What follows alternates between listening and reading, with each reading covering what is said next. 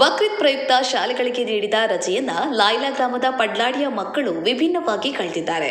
ಇತ್ತೀಚೆಗೆ ಡೆಂಗ್ಯೂ ಜ್ವರದ ಹಾವಳಿ ಹೆಚ್ಚಾಗ್ತಾ ಇದ್ದು ಜಿಲ್ಲಾಡಳಿತ ಸಾರ್ವಜನಿಕರಲ್ಲಿ ಜಾಗೃತಿ ಮೂಡಿಸಲು ಮುಂದಾಗಿದೆ. ಈ ಮಧ್ಯೆ ಪಡ್ಲಾಡಿ ಊರಿನ ಮಕ್ಕಳು ಕೂಡ ವಿನಯ್ ಎಂಎಸ್ ಇವರ ಮಾರ್ಗದರ್ಶನದಲ್ಲಿ ತಮ್ಮೂರಿನ ಮನೆಗಳಿಗೆ ತೆರಳಿ ಡೆಂಗ್ಯೂ ಜ್ವರದ ಕುರಿತು ಜಾಗೃತಿ ಮೂಡಿಸಿದ್ದಾರೆ.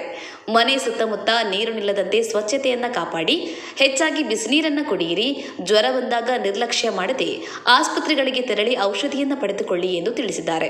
ಇದರ ಜೊತೆಗೆ ಡೆಂಗ್ಯೂ ಜ್ವರದ ಲಕ್ಷಣಗಳನ್ನು ಮನಮುಟ್ಟುವಂತೆ ಹೇಳಿದ್ದಾರೆ. ತಾವುಗಳು ಭೇಟಿ ನೀಡಿದ ಮನೆಯ ಸುತ್ತಮುತ್ತ ನೀರು ನಿಂತ ಸಿಯಾಳ, ತೆಂಗಿನ ಚಿಪ್ಪು, ಪ್ಲಾಸ್ಟಿಕ್ ಬಾಟಲ್ಗಳನ್ನು ಕವಚಿ ಹಾಕಿದ್ದಾರೆ.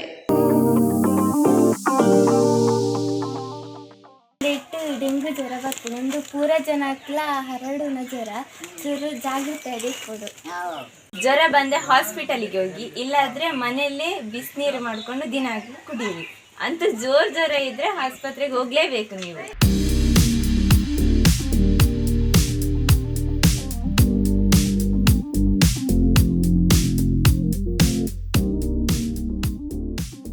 ಈಗ ಡೆಂಗ್ಯೂ ಜ್ವರ ಎಲ್ಲ ಬರ್ತುಂಟು, ಸ್ವಲ್ಪ ಜಾಗೃತಿಯಿಂದ ಇರಬೇಕು. ಮತ್ತು ಪ್ಲಾಸ್ಟಿಕ್ಕಲ್ಲಿ ಬೊಂಡ ನೀರು ನಿಂತಿರ್ತದಲ್ಲ, ಅದೆಲ್ಲ ಸ್ವಲ್ಪ ನಿಲ್ಲೋದನ್ನ ಸ್ವಲ್ಪ ಕಮ್ಮಿ ಮಾಡಬೇಕು.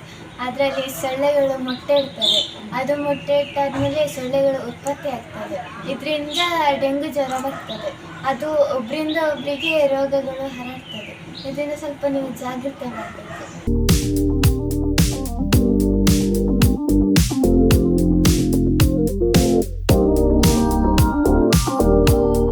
ಶಾಲೆಗಳಿಗೆ ರಜೆ ಸಿಕ್ಕಾಗೆಲ್ಲ ಮಕ್ಕಳು ಮೊಬೈಲ್ ಹಿಡ್ಕೊಂಡು ಕೂರುವ ಬದಲು ಈ ರೀತಿ ಸಾಮಾಜಿಕ ಅರಿವಿನ ಬಗ್ಗೆ ಗಮನ ವಹಿಸಿದ್ರೆ ಬಹಳ ಉತ್ತಮ.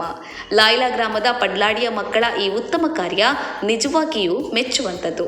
ಈ ಮೂಲಕ ಎಲ್ಲರೂ ಡೆಂಗ್ಯೂ ಜ್ವರದ ಬಗ್ಗೆ ಕಾಳಜಿ ವಹಿಸಿ ತಮ್ಮ ಮನೆಯ ಸುತ್ತಮುತ್ತ ಸೊಳ್ಳೆ ಉತ್ಪತ್ತಿಯಾಗದಂತೆ ನೋಡಿಕೊಂಡು ಆರೋಗ್ಯದ ಕಡೆ ಗಮನ ವಹಿಸಬೇಕಿದೆ.